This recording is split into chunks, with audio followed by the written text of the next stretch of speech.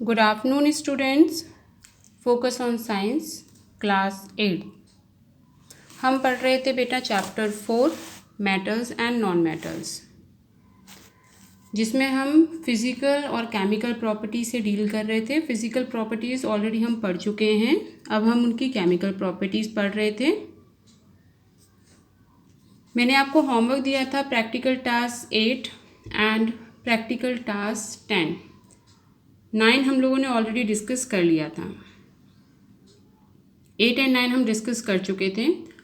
So student, today we will going to discuss about the practical task 10। सबसे पहले practical task 10 को समझने से पहले स्टूडेंट्स हमें समझना है what is reactivity series. As you all know that there are so many metals present on this earth. अब ये जितने भी मेटल्स हैं, सारे के सारे मेटल्स बहुत ज़्यादा रिएक्टिव नहीं होते।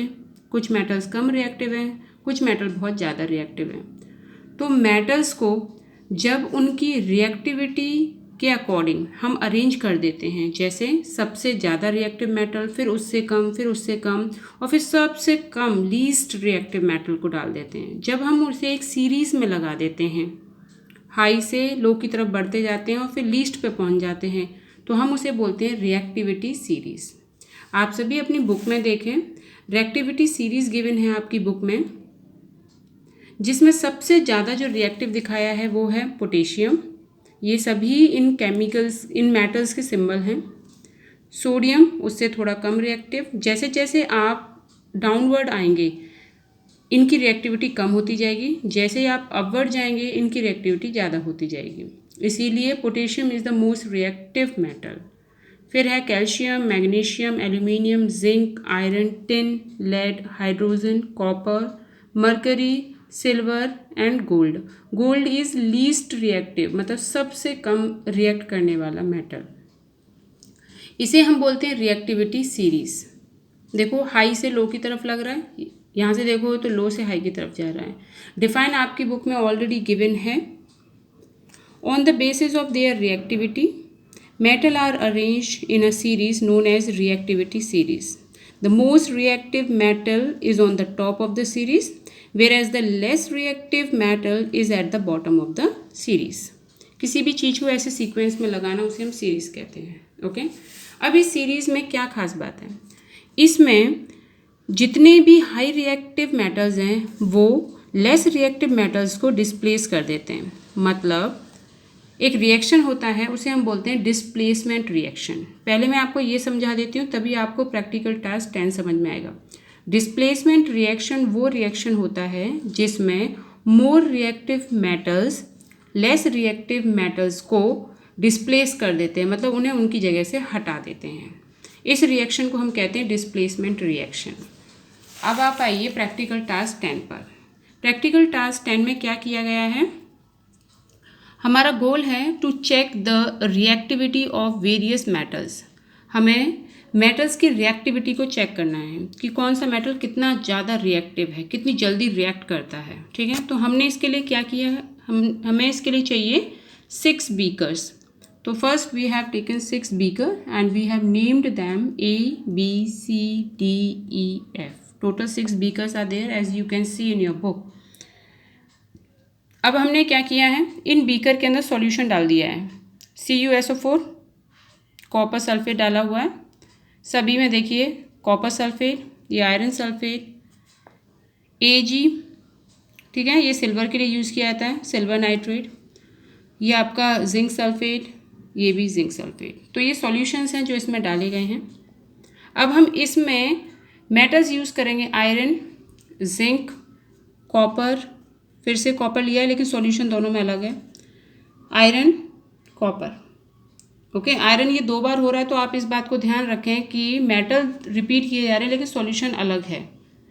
सॉल्यूशन क्यों अलग लिया गया है, क्योंकि सॉल्यूशन में अगर आप यहाँ पे ध्यान देंगे तो ये रहा एक मेटल ये रहा। अब हम डिस्प्लेसमेंट रिएक्शन को ही पढ़ेंगे। यहाँ पर देखिए आपको एक टेबल दे रखी है जिसमें ये 6 जितने भी बीकर लिए हैं उन्हें मार्क कर रखा है। आपको कलर बता रखा है कि किसका कैसा कलर है, वो कलर ये लिख रहे हैं, आप इजीली देख सकते हैं डायग्राम में। उसके बाद दिखाया है final colour of the solution. जब ये रिएक्शन हो जाएगी तो उसके बाद में फाइनल कलर क्या आएगा, ठीक है। रिएक्शन होने के बाद में कलर उनका चेंज हो जाएगा, ये कलर आएगा। अब रिएक्शन किस में होगा बीकर में और किस में नहीं होगा, ये बात हमें समझनी है। देखिए बेटा, सबसे पहले जो आपने बीकर लिया था उसमें था CuSO4 copper sulphate plus iron. अब अगर आप इन रिएक्टेंट में ध्यान दें तो ये है आयरन, ठीक है, और ये है आपका कॉपर। अगर आप रिएक्टिविटी सीरीज़ पर आएंगे तो रिएक्टिविटी सीरीज़ में आप देख पाएंगे कि जो आयरन है, आयरन ज़्यादा रिएक्टिव है किससे, दूसरा हमारा एलिमेंट मेटल क्या था, कॉपर। कॉपर कहाँ पर आ रहा है, देखो यहाँ पर, तो नीचे की तरफ क्या है, लेस रिएक्टिव, तो आयरन ज़्यादा रिएक्टिव है कॉपर से। ज़्यादा रिएक्टिव जितने भी मेटल होते हैं वो लेस रिएक्टिव मेटल को क्या करते हैं, डिस्प्लेस कर देते हैं, हटा देते हैं। तो देखिए बस इस रिएक्शन में क्या हुआ, CuSO4 प्लस Fe, आयरन ज़्यादा रिएक्टिव है as compare to copper. Copper को क्या कर देगा, हटा देगा, उसकी जगह ले लेगा, क्या बन गया FeSO4। ये आके किससे रिएक्ट हो जाएगा, इससे FeSO4। किसे हटा देगा, ये लेस रिएक्टिव मेटल को। लेस रिएक्टिव मेटल क्या है, कॉपर, तो ये कॉपर हट गया। तो देखिए FeSO4 प्लस Cu, ऐसा क्यों हुआ, because iron is more reactive than copper as according to the reactivity series. और इस रिएक्शन को क्या बोलते हैं, डिस्प्लेसमेंट रिएक्शन। ऐसे ही आप इसमें देखिए, जिंक ज़्यादा रिएक्टिव है कॉपर से, तो जिंक कॉपर को डिस्प्लेस कर देगा और सल्फेट के साथ में रिएक्ट होकर जिंक सल्फेट बना देगा और कॉपर बाहर निकल जाएगा, क्योंकि zinc is more reactive than copper. ऐसे ही हमने लिया FeSO4 प्लस कॉपर। अब आप इसमें अगर ध्यान दें तो कॉपर जो है वो आपका कम रिएक्टिव है as compare to iron. Reactivity series में आप देखिए, कॉपर यहाँ पर है, ठीक है, ये रहा कॉपर, और आयरन यहाँ पे है, तो कौन ज़्यादा रिएक्टिव है, आयरन, यानी कि कॉपर कम रिएक्टिव है। तो जो कॉपर यहाँ पर कम रिएक्टिव है वो रिएक्शन होने ही नहीं देगा, क्योंकि यहाँ पर जो हमें मेटल लेना है वो ज़्यादा रिएक्टिव होना चाहिए सॉल्यूशन से, तो ये रिएक्शन होने नहीं देगा, यहाँ पर कोई रिएक्शन नहीं हो पाएगी। देखिए यहाँ पर कट लग रहा है, कोई रिएक्शन नहीं हुई। ऐसे ही हमने लिया AgNO3 कॉपर लिया, तो इसमें अगर आप ध्यान देंगे तो कॉपर ज़्यादा रिएक्टिव है Ag से, तो ये डिस्प्लेस कर देगा Ag को और CuNO3 ट्वाइस ये बना देगा और जो Ag है वो बाहर निकल जाएगा। क्यों, copper is more reactive then Ag।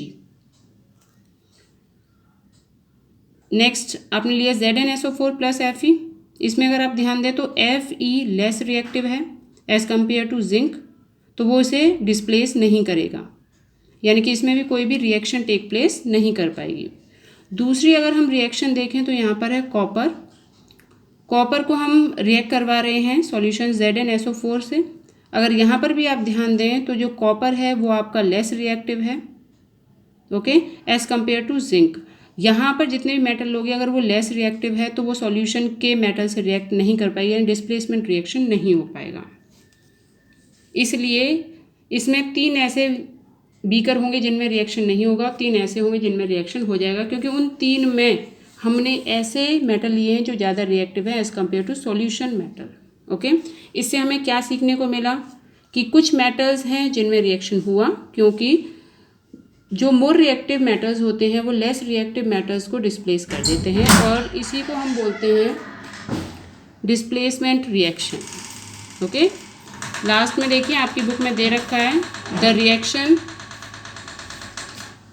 Reaction in which a more reactive metal displaces a less reactive metal from its salt solution is called displacement reaction. It's given in your book. ये क्या है, पूरा solution है, ये एक salt solution है।